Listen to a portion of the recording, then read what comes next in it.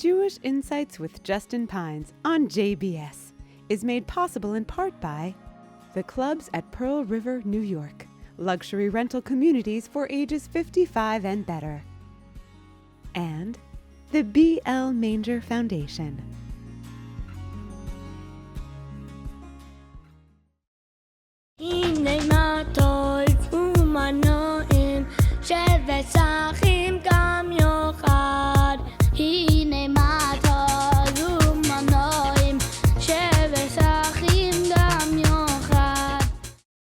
Shalom and welcome to Jewish Insights. One of my favorite midrashot or midrashes comes from Breshit or Genesis Raba.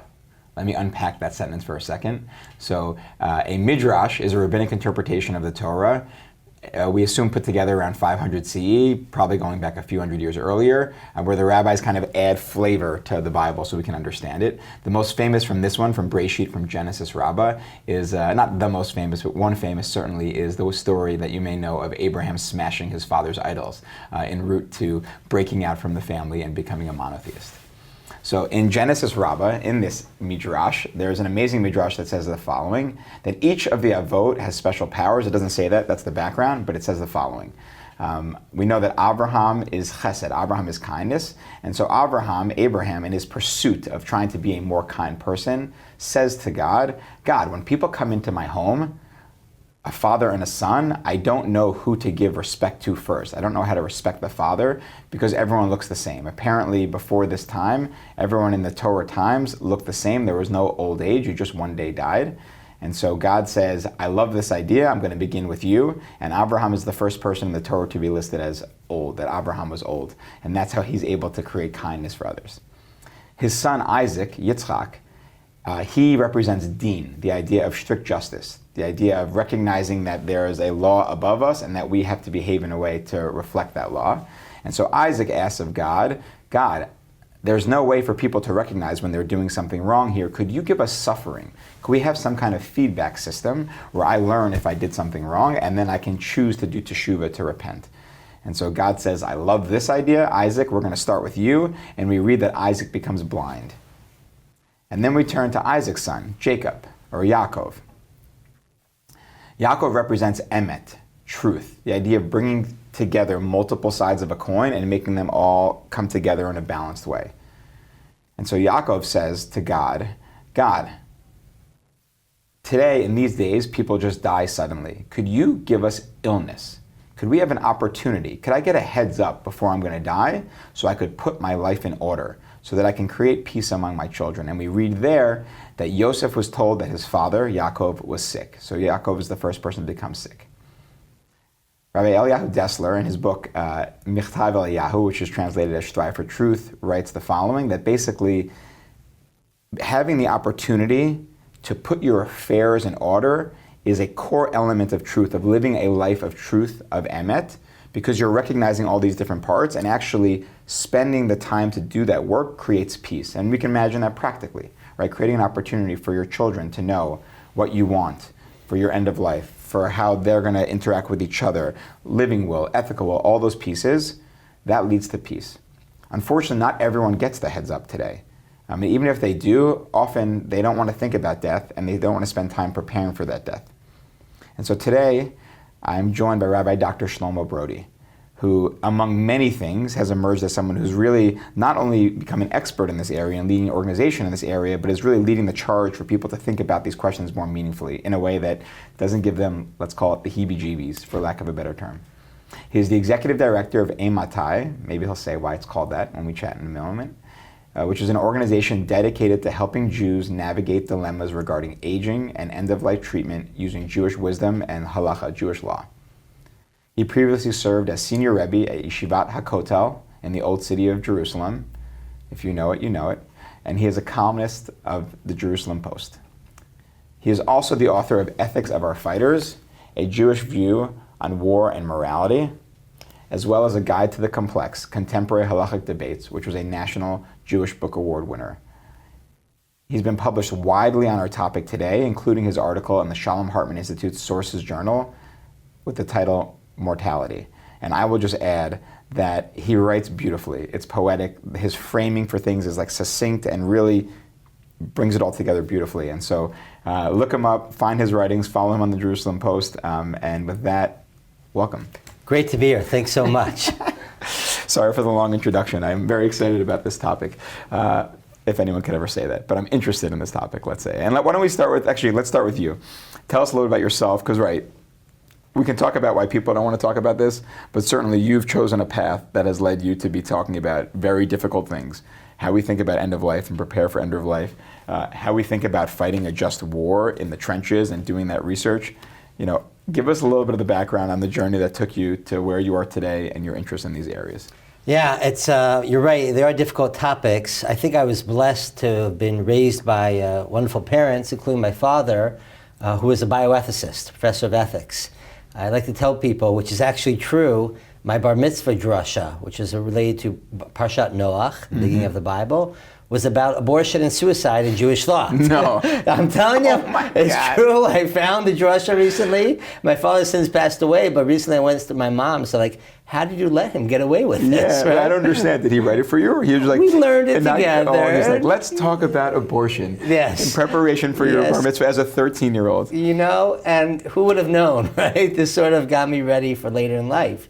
And by the way, I have to respond. I'll indulge for 1 second there. My bar mitzvah drasha is more embarrassing. Yours isn't embarrassing because it actually led to a career. I'm Parshat Tetzaveh, which is the week where you study the bigdei kahuna, the clothing of the priests. I am a priest, by the way, and someone helped me with my bar mitzvah parsha, and by help I mean handed it to me basically.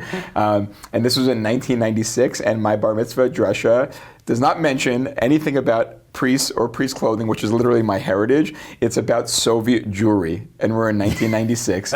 So someone went into a cabinet, pulled out an old speech, handed it to me, and I read it. I don't know how that made it through the checks and balances, but somehow I gave a drasha about Soviet jewelry on my priestly portion. So I'm worse than yours, and I certainly didn't become a Soviet jewelry person as a result of it. So at least yours led to something meaningful. Okay, so that's right. So from an early age, your father was bringing you into this space. Yeah, and we would talk about some of the cases and issues, and he published a lot about it. But over the years, what my passion developed was about talking about how Judaism can speak to contemporary ethical debates. And as how we can talk and be involved in public discourse and in the public sphere. And in many ways, my efforts were really thinking about those issues. Of course, the military ethics relates to that, but other issues as well. What's unique about medical ethics in general and end-of-life care in particular is it's really the area of life where, whether we like it or not, we're going to have to confront these issues. I mean, not all of us have to think about questions of business ethics or AI in ethics or many other areas. End-of-life care is just one of those areas, whether we like it or not, we're going to have to confront. And so, really it's an opportunity to bring those conversations, all of the wealth of Jewish wisdom, in dialogue with Western discourse, what's going on in the world, and make it real for people and help people. And I think that's what inspired my father over many years when he was doing his work as the chairman of the Department of Medical Ethics, and I think it's what's sort of animating us today in Ematai. Beautiful. I'll pull out a couple things from what you said.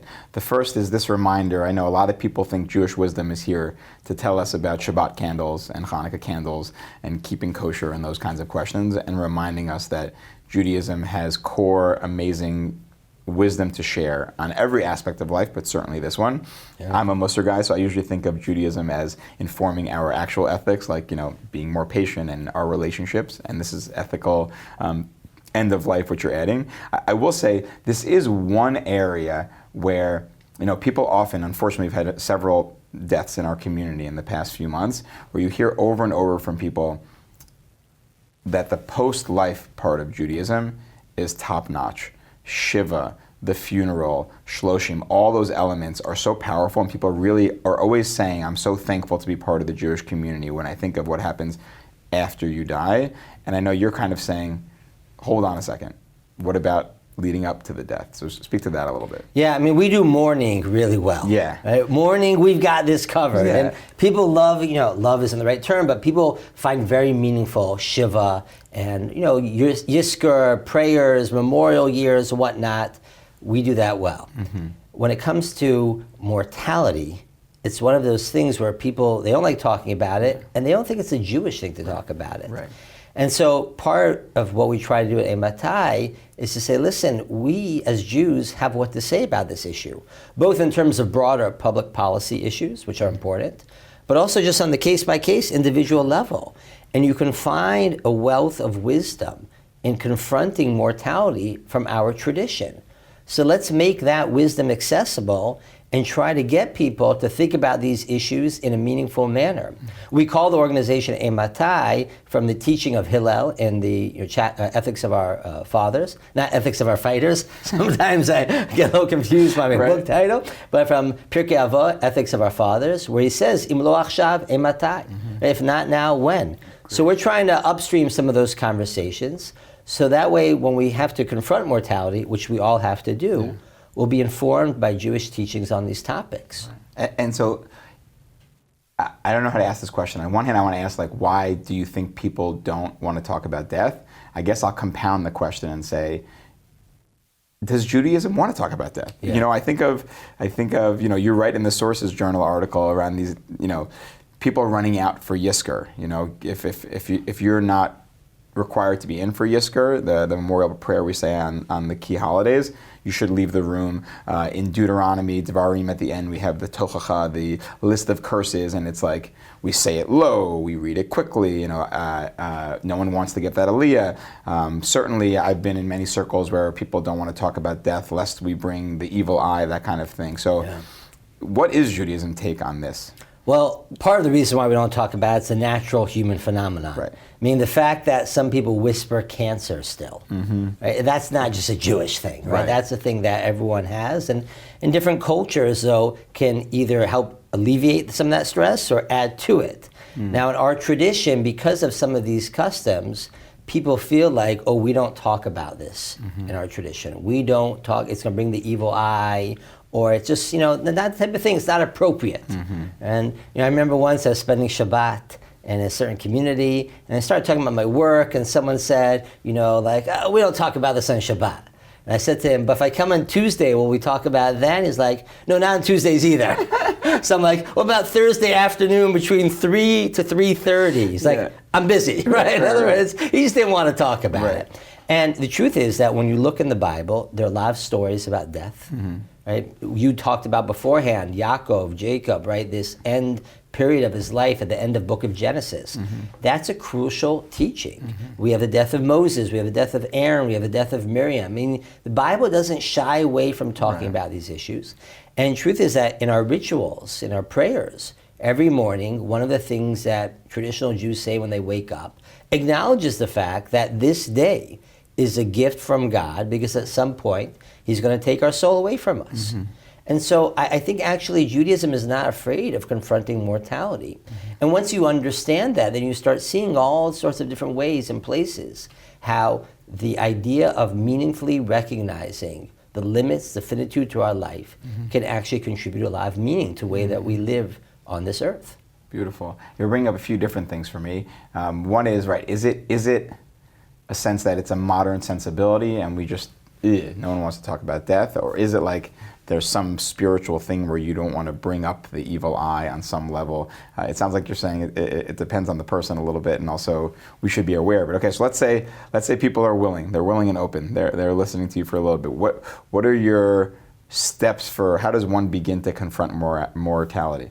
Well, every case, of course, is a little bit different depending on the person. It's interesting what you said, by the way, about is this an ancient thing or a modern thing? You know, in previous generations, previous centuries, people saw death in their midst much more.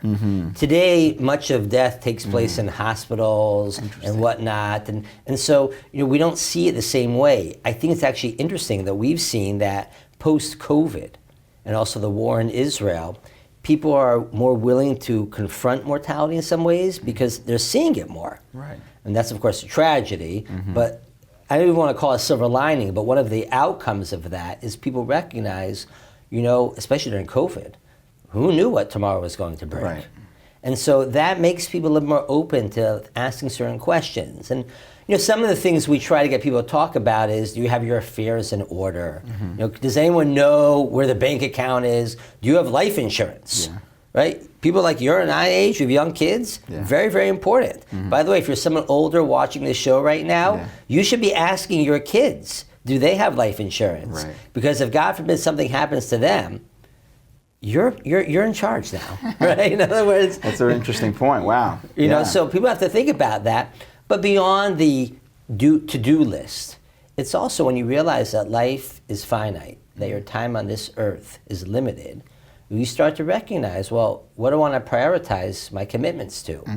And you start thinking about all sorts of questions about, maybe the things I can do better or fix up. I mean, I remember my own family, I won't get into all the details, but my own family, there was some family strife between a couple of members, and one of the family members was sitting at a Shiva house with a different family member, and in the middle of the Shiva, he just sort of got up and said, you know what, I need to go see my sibling. It's been too long. That confrontation with recognizing his or her mortality made a big deal, and they reconciled. Right. But it's so interesting because I'll say I'm grandchild of survivors, which I feel like is like the motor of my day to this day. And, I think often when people confront mortality, it's like seize the day or don't waste a minute or greet people with a smile or do your bucket list or that kind of thing. It's usually like they don't think of confronting mortality by getting their affairs in order, right? You're asking them to, it's like today could be your last day. What do you want to do? Most people are like, I want to do X, Y, Z. They're not like, I want to write up my living will kind of thing. And I hear you saying, no, this is so important. It's also a little bit selfless, I guess, in some ways, right? Because you're really trying to think about after your time, your effect on others. I mean, you raised an interesting point, which is like, if someone, God forbid, passes away on the younger side, it could be affecting their parents, right? And they might not be ready for that. But this idea of going to the story I alluded to in the beginning of Jacob kind of bringing all his children together and kind of trying to say, this is my vision, this is what I want. I want to be on the same page with all of you. Yeah.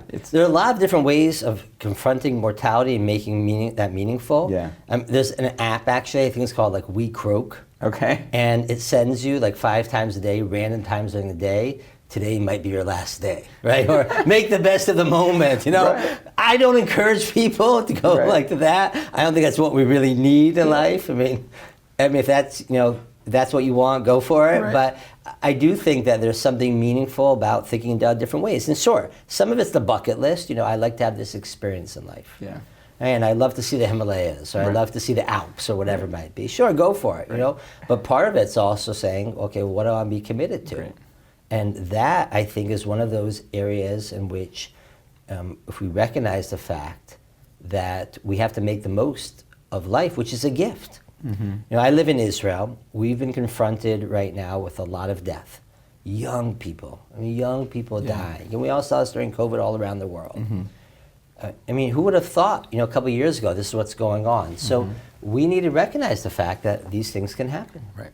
So let's go a little bit further there because, we mentioned you get the notice on your app that says this could be your last day from We Croak, let's say, free advertising for We Croak, and from where you're sitting.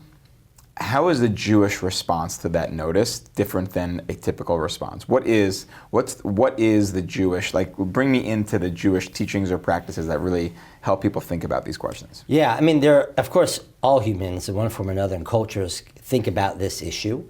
And, for some people, the fact that we're mortal will make people feel like, well, what's the point? Just enjoy life, enjoy this earth, go out and do whatever, there are no consequences. Right, eat, drink, and be merry, for tomorrow we die. Exactly. Yeah. And in our faith, it's like, no, we have to think about what is it we want to leave in this world? What is our legacy? And part of the Jewish teachings, of course, were also about preparing for the world to come. Right, this belief that there's a next world where you'll be rewarded for your actions. And that's certainly part of Jewish teachings, no doubt. But there's also an element which says that this is a gift.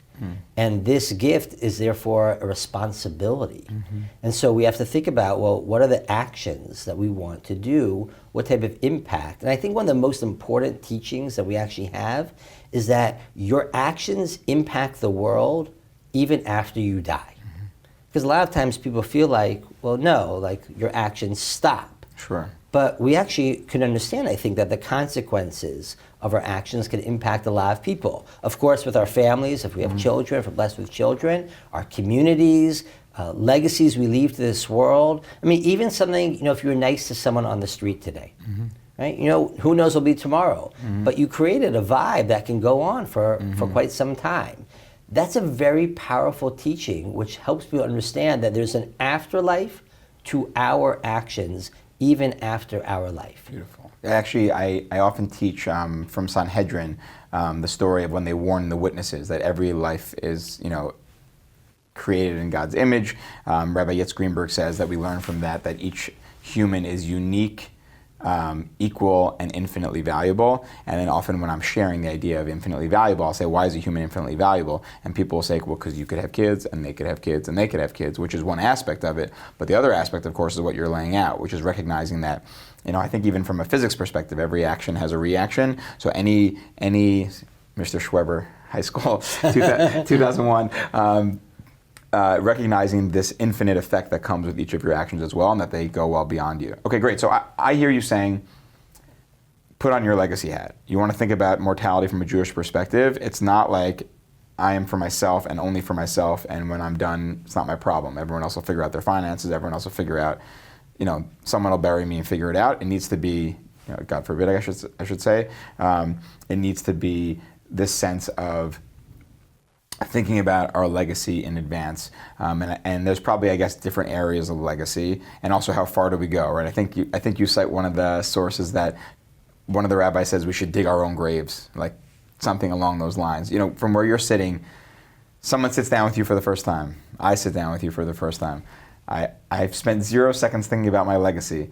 What are the key takeaways I should be thinking about? Give me my to-do list. Yeah. So one of the classic sources talks about not only digging your own grave, but buying your own burial shrouds. I was once talking to someone, and I see them go onto Amazon, and they're like, I can't find burial shrouds on Amazon. I'm like, listen, that doesn't mean that today. They're like, where do I order this? Right. Like that, in our modern day version of that. So there's some logistical issues to take care of. Right. Where would you want to be buried?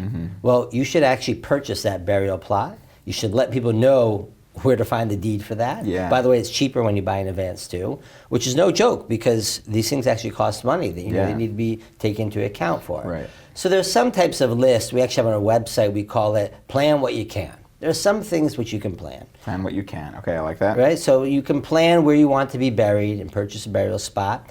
You can get certain affairs in order, like a living will or advanced healthcare directive, where you designate who should speak on your behalf. If you want a rabbi to be consulted, who the rabbi should be, right? To make sure that there's clarity, because if you don't clarify that, when we get to the hospital, there's going to be a lot of family members with a lot of opinions. They could be fighting over a lot of issues. That can be avoided. Yeah. And so that's one of those things. Certainly a financial will, taking care of your estate, making sure that's in order. It costs a lot of money if you don't do that, and cause a tremendous amount of angst. And so, those are the types of things which, a state attorney can help, but you can sometimes do it yourself as well and get those affairs in order. But beyond those issues... Wait, I want to ask some questions on that, and then we'll go to the other issues. Yeah. This might be a weird question. Do you have advice for people thinking about where they want to be buried? I often think about, first of all, there's the Israel versus local question, and then you have the people where your parents are buried, but then you have people that are married. So do you go to where the husband is, and then it's like, oh, our family's buried in Europe, or our family's buried the other side of the country. How do you advise people through that? Yeah, for every case a little bit different. I do think there's a lot of meaning to being buried in Israel. For a couple of reasons. A, it's the Jewish people's homeland. Yeah. And B, that people come visit Israel. And especially if you want to make sure your kids come visit Israel. Yeah. It's a good idea, actually, to think about that. But of course, there are other considerations, and to be around family members, be buried in a family plot is very meaningful. I think one of the things we should also think about is, where will people come be able to visit you, so to speak, right? And to be able to remember you and to come together as a family. That, I think, is an important consideration, because if you have some family plot in Washington State, but no one's near there anymore, they're not getting there that quickly. Right. And so you should think about those considerations as well. Right. But every case is a little bit different. Yeah, I get it. It's a little bit of an interesting phenomenon from the outside that like you have these situations where someone passes and all of a sudden the whole family is like figuring out to get tickets to Israel to try to get there, and you got to know someone at El Al, and it's like a whole thing. And then also, right, that piece of this idea that you were kind of like shipping people to Israel. It's an interesting thing. It is an interesting phenomenon. The rabbis actually discuss already in the Talmud that Jews from Babylonia would be brought to be buried in Israel. And we have it with Jacob and Joseph at the end of the story of Genesis. That both of them want to be right. Exactly. And you're right, it's a little bit funny, like how are we doing this? Mm-hmm. This is a well-oiled machine, the business that take care of this. And if you have this plan in advance, it's not going to be a problem. Right. If you don't have this planned in advance, all of a sudden in the hospital, like, how are we getting the casket, the plan? It gets complicated. Okay. So but anytime you want to be buried somewhere, it's really helps to plan this in advance. And then my other question is, you talked a little bit about the healthcare proxy and financial will.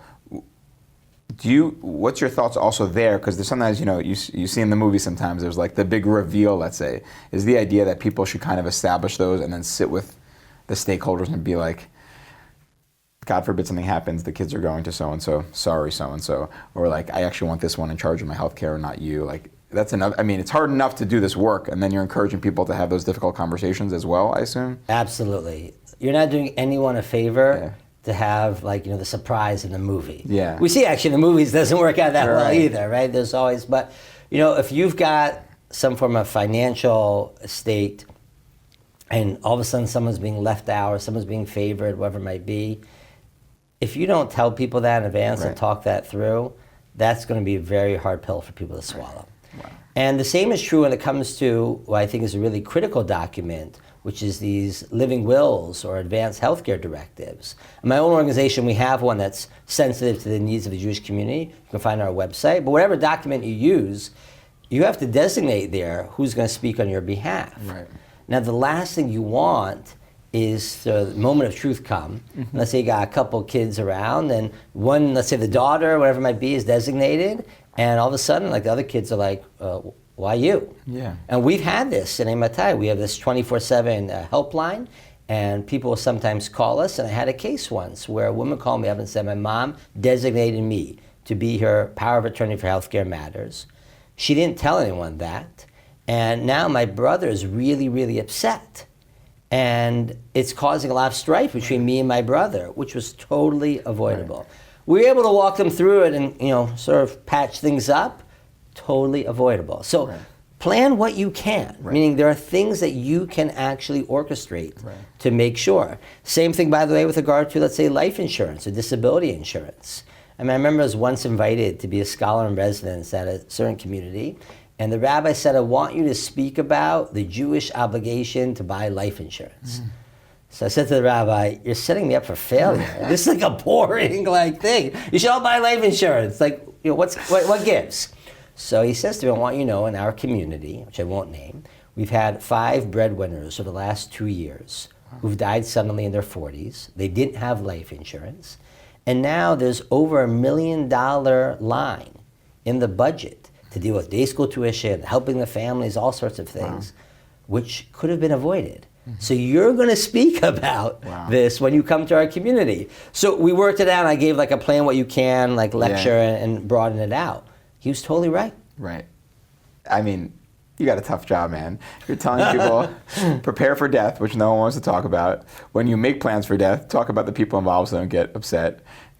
When you're reminded that your life is finite, go call your insurance broker and spend more money to get life insurance. It's a lot. It's a heavy ask of people. It sounds like broccoli. It is heavy in some respects. But the truth is, people get it. Mm-hmm. They don't like talking about it necessarily, but when I say it, everything I'm saying, people get. Right. And what I actually find, I don't find my work depressing at all, actually, because I see people recognize that switch. Something clicks, and they realize that this is something I should do, and I can help my family, and part of my legacy is going to be that help provide clarity. We have a case we're working on right now where a father left a certain healthcare directive, and the kids now have to debate whether they should do a certain medical intervention or not. And I said to them, your father left you a tremendous last gift. He told you what you'd want or wouldn't want. Follow his advice and thank him that he gave this to you. I mean, what a great legacy to leave to your kids. Right. So talk me through that a little bit. What are kind of the ethical and legal considerations to be had? I'm thinking of there's a great, I think it's Dana Carvey skit where he's Tom Brokaw, is that how you say his name? Yeah. And he's about to go on vacation, and he has to do all these like things. He's like, Gerald Ford died today, and he has to go through all the things like eaten by a bear, like all these different like things that like you have to anticipate, because just in case that happens while he's gone, they tape all the tapes so that it's a great skit. If people haven't seen it, it's very, very funny. Stunning news from Yorba Linda today, as Richard Nixon's corpse climbed out of its grave and strangled Gerald Ford to death. There are, of course, infinite possibilities. So what are the key questions people really should be thinking about and making choices on? And do you have advice on what they should be thinking? Yeah, I mean, there are an infinite number of scenarios and treatments, and it's impossible to predict that. Yeah. And moreover, it used to be in like the 90s, the model actually that we found amongst hospitals and others, where they give you these forms, so they get a chart.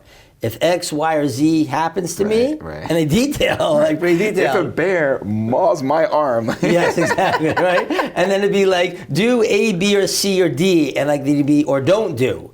And these would be like detailed medical, and people have to fill this out, and people had no idea what they were filling out. So either they wouldn't fill it out, or when the moment of truth came, they're like, oh no, I didn't want that. Right, that I was gonna say, like how I feel on Tuesday versus how I feel on Wednesday. It's hard to also like get settled deep with this stuff. Also, if you write it when you're 20 versus 40 versus 80, it's different. Everything, right? You don't know where your healthcare journey is going to take you. Right. So we created a document which is a conversation guide.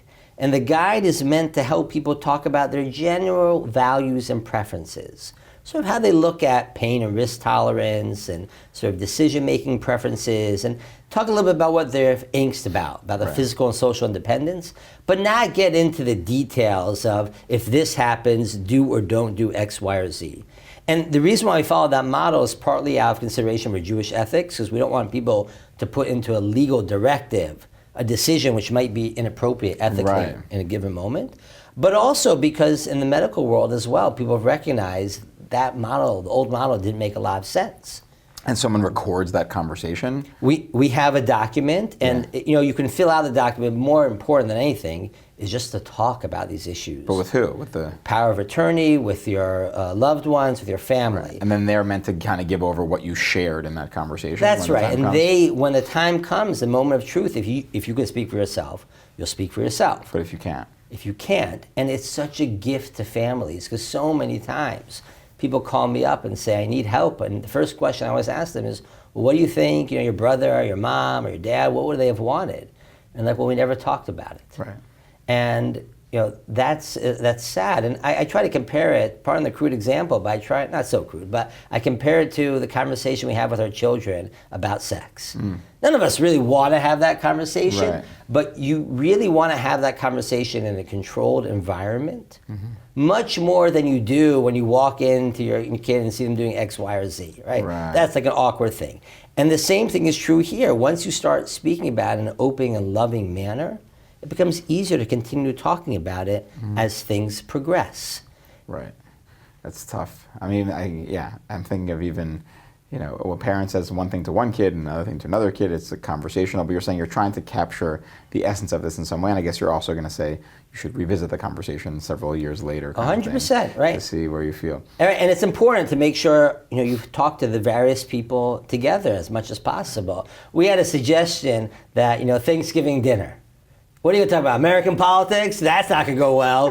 Who cares about football? So, talk about mortality. And then people are like, I'm not sure that goes with, turkey and stuffing or whatnot. Right. But there are opportunities. Right. And, like we say, if not now, when? If not now, when? That's right. And if I'm not for myself, who will be for me? 100%. Right? So speak a little bit around then, certain areas of Jewish law, there's like black and white and gray. Right, and I know that not everyone looks at Jewish law the same way, but let's just say you have you became a rabbi through the Israeli rabbinate. That's like kind of like, flagship, let's call it Orthodox rabbinic ordination. I know you know this stuff well. From a traditional Orthodox perspective, what's the black, what's the white, and what's the gray? I assume there are certain areas where it's kind of like, no, the rule is this, nothing to discuss. It's not a family choice. If the person has said, I just want my end of life to reflect halacha, then no one needs to discuss. What are typical ones that feel like are on the ends, and what are the typical ones that feel like there ends up often being discussion? Yeah, I mean, the clearest black and white right. There's like brain death stuff, right? Like, get into it, yeah. Yeah, so the clearest black and white is, for example, euthanasia, which is legal, for example, in Canada. 5% of all deaths in Canada today take place through euthanasia. Wow. 15,000 Canadians die every year through euthanasia. Wow. Right? It's sort of mind-boggling. In the United States, physician-assisted suicide is legal in 10 states plus the Washington, D.C. Right, which I didn't know until I read your article, by the way. Yeah, it's something that comes up, and it comes up in the Jewish community. And there are many other states that are considering it. The UK looks like it's about to legalize physician-assisted suicide. And that's a real no-no in our view, because we don't think that other humans should purposely cause someone directly to die. The act of pulling the plug, let's say. Well, let's leave aside Fine, pulling the plug for the men. Sorry, right? I'm conflating stuff because you know this better than I am. The act of administering a drug for the direct purpose of causing someone to die, with that intention, right, is what's problematic. Not allowed according to Jewish law. Right. However... Wait, a thought, please, if you don't mind, on the thinking behind that, aside from the law, So the rabbis give a parable. They say the following. It's a beautiful idea. Every human is a light. It's like a candle. And that's a beautiful idea because it recognizes that every human being is a light into the world. And what they say is that when that candle is flickering, don't be the one who puts out the candle. Now, we don't want to have a situation where humans are causing the death of other human beings. That's one of the things that, partly because once you open that floodgate, it becomes very difficult to control, but also because the duty of doctors and healthcare providers is to heal, is to help people, and not to cause them to die. Now, I understand what people say back to me, and they'll say, listen, it's an act of mercy, because people are suffering. And there's no doubt that there's a real important principle, and here you start getting into some of the nuances. On the one hand, we have a value that respects the sanctity of life, that believes that we want to try to extend living, but at the same time, we do believe in reducing pain and suffering. We have some notion of quality of life, which says that we don't want to prolong a dying process. We want to extend living, but not prolong the dying process. The details of that, of course, are going to have to be case by case, because we have very sophisticated medicine today and very sophisticated technology, and it becomes a little bit tricky to figure out what exactly does it mean to do something that would actually cause someone to die, as opposed to foregoing interventions that will allow nature to take its course. So let me just pull that out. So you're saying it's two different ways of thinking about it. One is, did you say prolonging life versus prolonging death? What language did you use? Yeah. So those two things, thinking about it this way, are you prolonging death for the sake of prolonging death versus an obligation to prolong life? Right. And I think that one of the ways that we think about it, Ematai, is that if we have a situation where we can prolong life in the sense that people can meaningfully interact with God, with their family, with their world, in a controlled, maybe with not some discomfort, but in a manner in which they can feel they're meaningfully interacting with the world, that's something which is frequently worth prolonging. Right. If you have a situation where a person is totally unconscious or they're suffering from pain, and you're just dragging out that process, they're terminally ill, and you're dragging that out to keep the heart beating for no clear purposes, well, there's not a lot of wisdom to that. Right. So it becomes a little bit tricky, though, sometimes when we have interventions, if we do like what they call it pulling the plug, but it's not really a good term for it, a palliative extubation, right? If we cause someone, we remove the ventilator.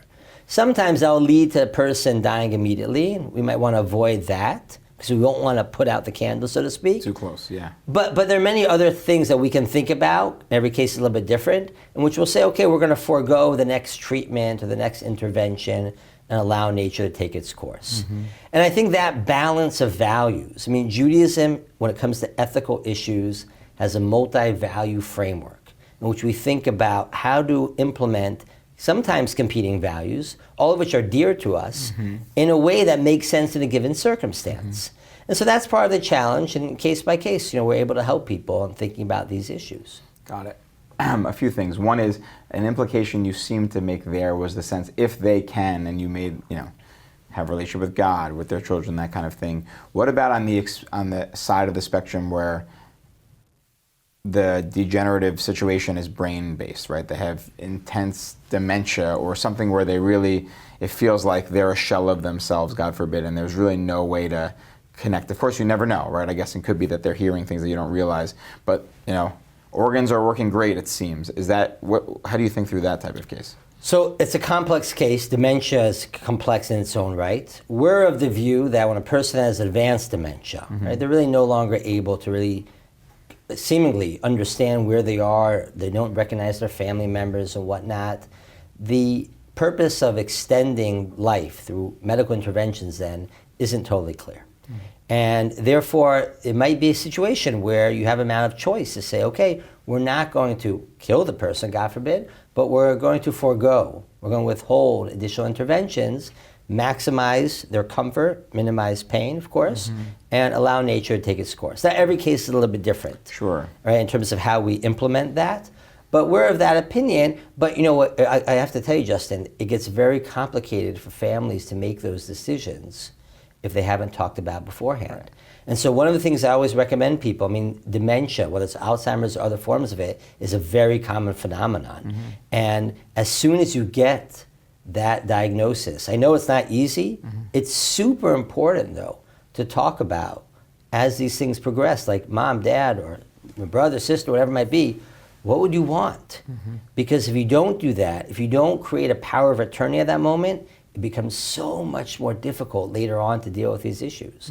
I'm literally dealing with a case right now in which a person is helping their mom who's got sort of mid-stage intermediate. They don't have anything in place legally. The mom hasn't showered in over 2 weeks. She's not taking her meds properly, and she doesn't have the legal powers to deal with it. So I hate to bring up sad cases. Yeah, no, it's real. But that's the reality. And there are other cases, though, when people have the strength to recognize, I know what Alzheimer's looks like. This isn't going to be good. And they had those conversations, they got their affairs in order. They had such meaningful conversations because they had the wisdom, the Jewish wisdom in my mind, to talk about these issues in an open and loving manner. It's a gift. It's a gift to yourself and to others. You mentioned earlier, viewers that are older, make sure your kids get life insurance. It's going to land on your lap. Let's flip it. I'm at an age now where I'm seeing more and more friends starting to feel like that sandwich generation piece of it, where they're raising their children. They're also starting to take more responsibility for care for their parents. How obviously I hope if people have been listening, they've recognized conversations need to be had. Do the children have a say? Right? Is it simply whatever mom and dad said? Mom said, keep me on the ventilator forever, spend this amount, whatever that cost is, don't put me in a nursing, whatever the questions are, right? Or, visit me every day and just keep, those kind of questions. To what extent is it the patient or the person, whatever they say goes, or is there some advice you give or ways you think about the effect on children and what they should be thinking about? In Jewish law, there's actually a deep discussion about this issue. We have a principle of kibud av va'em, of respecting our mothers and fathers. And so the default is to try to respect their wishes. But the sages and later commentators understood that there are times when we're not able to do that. It's not because we don't want to. It's because we're just not able to. Or it's too difficult, or it's too much of an imposition. Right? People have to give up their jobs, right? They have to lose. There are some times where it's a limit. And so I do think that the baseline should be starting to try to respect those wishes, but to have an open and realistic conversation, figuring out what's really possible. And that's difficult for children, particularly when they can't talk to their parents anymore. because they might say, I can't do this. Like, I can't make this work. And that's why we're blessed in many ways to have, assisted living facilities and nursing facilities and other types of institutions that can help people out, because sometimes that might be the best for their welfare. Ultimately, this is always going to be a conversation, because when parents have wishes, it's important, but there's limits to what you can impose on others. And so we have to be realistic a little bit about that conversation and recognize the fact that we're going to try our best, but can't always do it. Beautiful. I want to go one step earlier. So we were talking a little bit around end of life. Something that I see anecdotally, this is not my area of expertise at all, is this kind of like, you mentioned moving into assisted living facilities and moving into nursing homes. I often see also kind of people moving to be closer to their kids, things like that. Do you have any advice? I guess my thesis, based on nothing, is that often families wait too late for that move, and you have parents that are already a little bit older that are suddenly moving to be near their kids so their kids can take care of them more, but it's like too late in their lives for them to develop a life in that place. So suddenly they've been like uprooted from what's familiar and what their friends are, and I feel like there needs to be like a pre-end of life, call it whatever decade you want, but like pick where you want to spend your last third of your life and spend some time there developing real memories. Because I'm not a scientist, but I'm sure part of, the husband just passed, so now the wife is being moved next to the kids. Instead of like doing that earlier, it feels like something's wrong there, that we're messing up people's aging because of that. Absolutely. Yeah, that's one of the things you have to plan ahead and think about, the golden ages, the golden years. So what are you going to do? And I know my own family, my grandparents were on the Lower East Side, and they stayed even though their kids had moved away, Lower East Side of New York. It was a disaster. And we tried to get them to move, and they didn't move and whatnot. And for that reason, based on that experience, my own parents left where I grew up in Houston to be closer to their children. My father, unfortunately, died 10 months after they had moved, but because of that, they had already set up their lives there. They bought an apartment. My mom was in such a better place. It was a tremendous gift of my father, frankly, to both my mom and to our family. And then they had the wisdom to do that a little bit earlier on. And that's certainly one of the things we should think about, particularly in an era where people are living longer. And so you can have those golden years in a much more comfortable place that also is thinking ahead when you're not going to be as independent. Very, very important to have those conversations. So plan your living will, your ethical will, your financial will, and make sure you also plan your golden years. Plan what you can. Plan what you can. It's the way to think about it, right? In other words, no one knows what'll be tomorrow. I mean, it happens all the time, right? Something all of a sudden emerges, and there's something that life, unfortunately, isn't always plannable. Right. That's one of the harsh realities which we have to embrace. Right. In Yiddish, man plans and God laughs. A mensch tracht and good lacht. Exactly. That's what I got from my grandma Dora, yeah. But there are some things that we should try our best, at least, to plan what we can. Right. All right, so now let's, you referenced it, living a little bit older. In our last section here, I want to talk a little bit about the future of this. I know, I don't know if this is an area that you spend time thinking about, but I assume given your job, it's crossed your mind, right? So people are living older. I think in every generation they say this is going to be the generation that lives forever. We could have some version of this where people, I'm not a futurist or a tech person, but that end of life is significantly changing and going to change in the future. What are your thoughts on that, and what do you feel like are the ethical, religious questions that are coming up as you plan, for the next 10, 15, 20, maybe 50 years? Yeah, there are a few things to keep in mind. Part of it is the technology continues to get very powerful. AI is a part of this, both in terms of diagnoses and prognoses, right? They'll be able to understand a little bit better what's going on in our bodies and how long this might impact us. Some of the treatments that we're developing are very powerful that might be able to slow down aging or slow down certain diseases and keep us living longer. In many ways, that's a blessing, but of course, that also brings about a lot of questions as people get older. But they're not working, they're not necessarily making money. How are we planning for that? Right. That's a big question we have to think about. We also have to think about, on a public policy level, that society is trying to deal with this. It costs money. What values are going into public policy? Right. And Jews need to be aware of those discussions, because if we think that, we'll have decisions to be made, but it's not available to us because the government won't provide it, Well, you might think this is right or wrong for you, but you don't have the means for that, Right. because the government has said, no, we're not interested in that.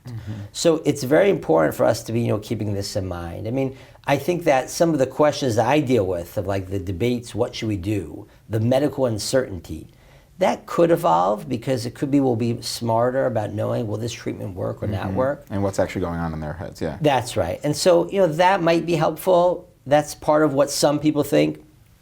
Others are skeptical. That's going to be that different in terms of how the technology is going to develop. And I think that's just one of these things we have to really be aware of, because the nature of technology is that technology exists, it gets developed, and then only later do we start asking the ethical questions. Right. And sometimes that's too late. And so part of what we try to do in our organization, things I like to think about is, right, what does Judaism have to say about these topics? How can we impact the public discourse before things change? Right, because we as Jews have what to contribute to this conversation. It's exciting in some ways. It's also a little bit scary in terms of the ways things are developing, and we need to be in tune with these questions and dilemmas. Right. It's a lot to think about. I'm like wrapping my head around it a little bit, and I'm trying to get there. I mean, we could go off the deep end on futurism stuff. I guess I'll say, one thing that's coming up for me, I'm a student of Rav Shlomo Brody. By a student, I mean I just read his sefer. I never met him, but I'm a big fan of his work, let's say, to put it mildly. And he has a chapter called Hitlamdut, which is about taking a learning mindset to our lives.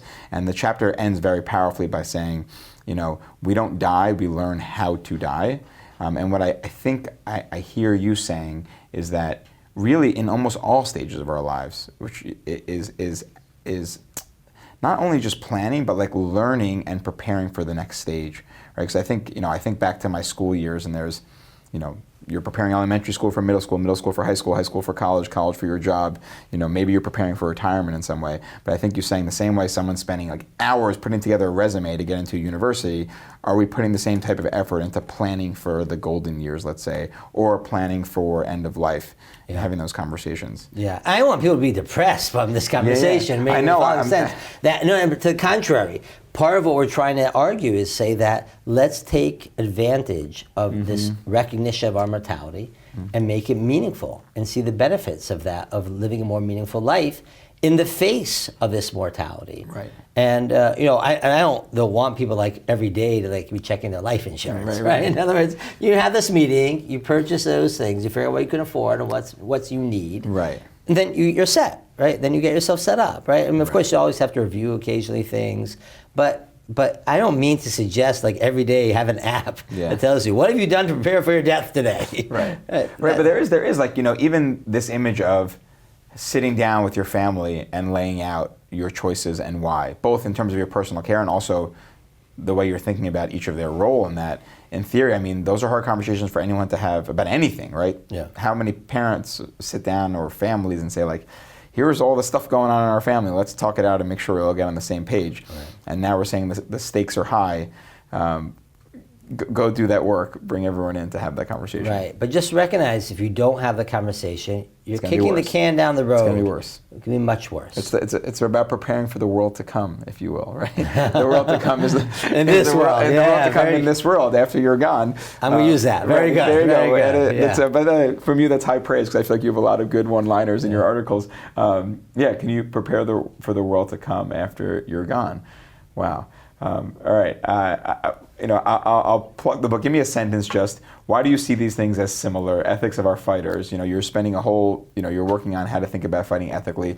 What's the relationship between that and medical ethics? Yeah, some people say to me, gee, Shlomo, when you relax from your day job, you think about killing in war. Right. You got to get out a little bit more. Right, exactly. And then I tell them about my bar mitzvah drasha, and they're like, whoa, But the truth is that I think there's a deep connection between these ethical issues in the following sense. Judaism believes in a lot of values. We have principles, multi-value framework. And we need to utilize those values with complex dilemmas. And whether it's in military dilemmas and those types of ethical questions of killing or of end-of-life care, where we're going to take into account a number of different values, the sanctity of life, quality of life, the things along those lines that we've spoken about. And then we're going to try to figure out how to apply them to these circumstances. It's that framework of thinking about things, which I think is so essential. And with every dilemma, of public policy and ethics, I think we need to ask, what are the values that we hold dear which are relevant to this area, and how do we apply this in that circumstance? In that respect, I think that the issues are actually quite similar, and we have to talk out, and part of having a reasonable conversation is to try to figure out what those values are. Reasonable people are going to disagree about how to apply these values in different circumstances. And that happens in medical ethics, and that happens in military ethics. But if we have a framework of talking about these issues based on this multi-value system, we'll be able to talk to each other, to understand each other. So in that respect, I see these issues as being quite similar to each other. And I see sort of the mission that I'm working on, in life on a professional level, and just on a personal level, is to say, I really believe Judaism has a gift to offer to ourselves and to this world. And it's this multi-value framework for thinking of these dilemmas. And what I try to spend my time is to think about how to apply those values and make it meaningful to people on a communal level, on a national level, on a policy level, and on an individual level. Beautiful, beautiful. Dr. Rabbi Shlomo Brody, or Rabbi Dr. Shlomo Brody, thank you so much. I feel enlightened a lot from this conversation. I feel inspired to take more action in my personal life. And I hope that people will recognize that in the same way Judaism has so much to offer in after-death advice and wisdom, that there's so much there as well for preparing, not only for end of life, but preparing for each stage of our life, is what I'll argue. Absolutely. Right. And friends, im lo achshav, ematai. Yes. If not now, when? Do it today. Do That's it today. right. All right. Thank you so much. Thank you. All right.